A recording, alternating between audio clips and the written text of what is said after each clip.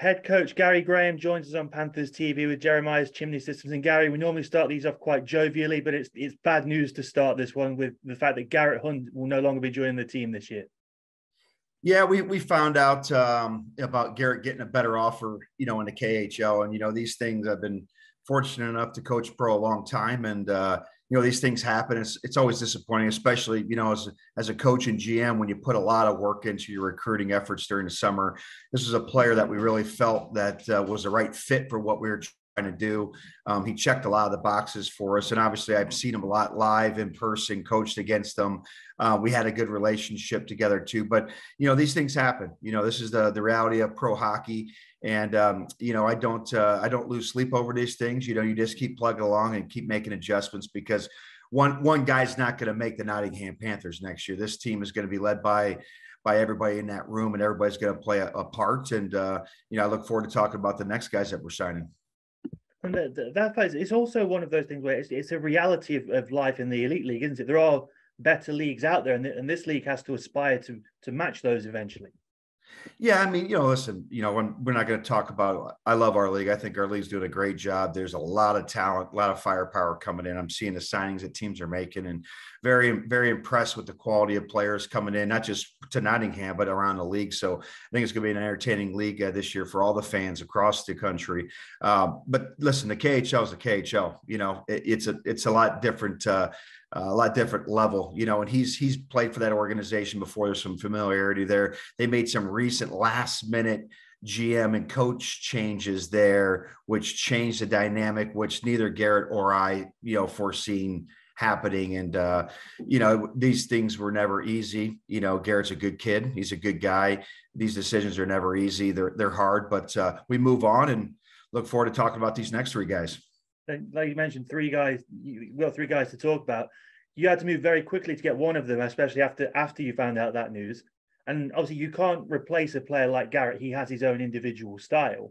So, did that alter your plans for the coming season when you had to go out and get a new guy and restructure the jigsaw sort of thing?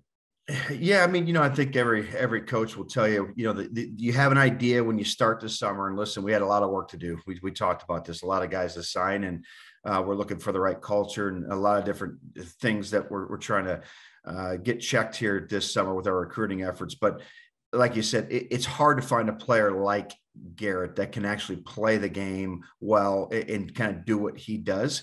It doesn't mean that they're not players around the league that do that. It just means maybe those guys have already been signed somewhere, or, we're late to the party sometimes, and that happens. But, we really feel with Gags on the back end and with some of our other pieces around our group that we're going to have some jam and some more grit that we had with last year's team.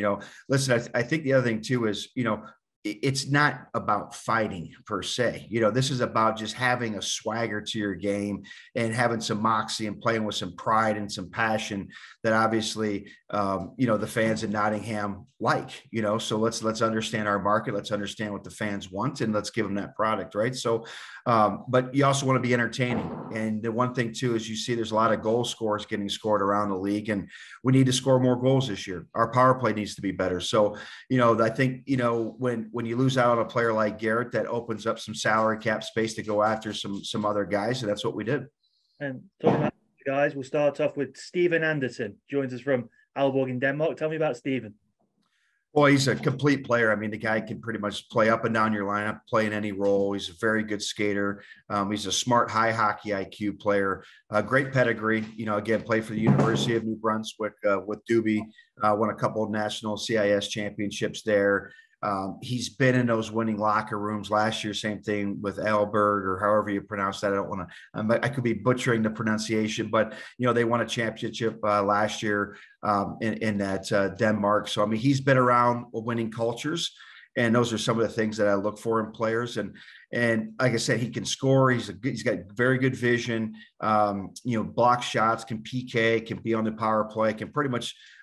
Swiss Army knife kind of guy, can pretty much do a little bit of everything. And he's very excited about coming to Nottingham. And like I said, sometimes your players are your best recruiters, and tip your hat to our goalie Doobie and helping us out with this one. And Stephen's one of those guys that comes out of that Canadian youth sports league, and a lot of good players come out of that league. And can you explain why a lot of good professionals come out of that? Because you see a lot of players around the elite league sign from out of there as well? Well, it's very simple. When guys come out of the CIS and they want to start their pro career, they're older players. They've played probably 3 or 4 years of major junior and 4 years of college hockey. That is a lot of hockey. Okay. And they haven't made any money yet.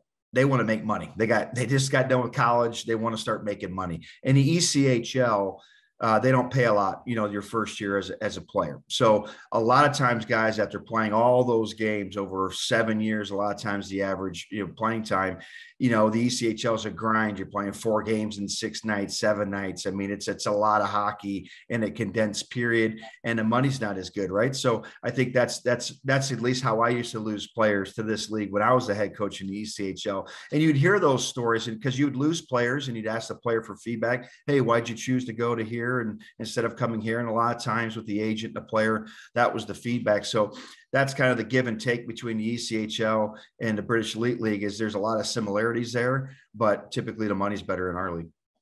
And secondly, and I've done my research, I've worked out how to say his name after watching some highlights now, is Brett Wilichka. Yeah. I just call him Welly. It's easier so I don't butcher his name. But that's why I took the risk on saying the actual name. Yeah. Welly was a guy, honestly, I've been after the entire summer since I got the job. He's a guy I'm a big believer in. I just absolutely love the way he plays the game. He played in London, for very tough coaches. He's got that kind of sandpaper and jam to his offensive side of his game. He's got some bite to him too. And, he's been playing in a couple of very good leagues, and obviously Denmark and Slovakia, good skating leagues. His skating is elite. And like I said, he can put the puck in the net, and he's also got good vision. So very good forechecker.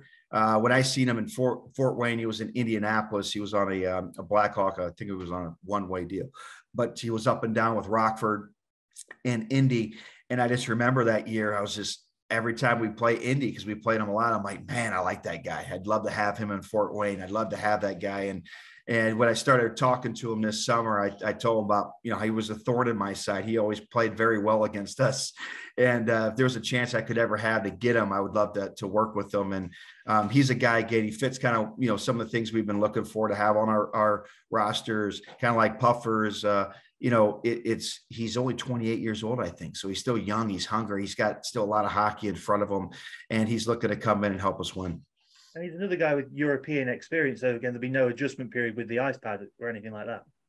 Yeah, I think we've done a pretty good job of trying to find a lot of guys that already have played on the big sheet, because there are some adjustments, right? And, with a whole new team and trying to build this new culture that we're trying to do, we want to try to put ourselves in a situation where we could hit the ground running and not have to worry about adjustment periods in certain things for certain guys. You know what I mean? We couldn't have them all with that experience, but I think we did a good job of finding a lot of guys with the big sheet, kind of the international flavor to them.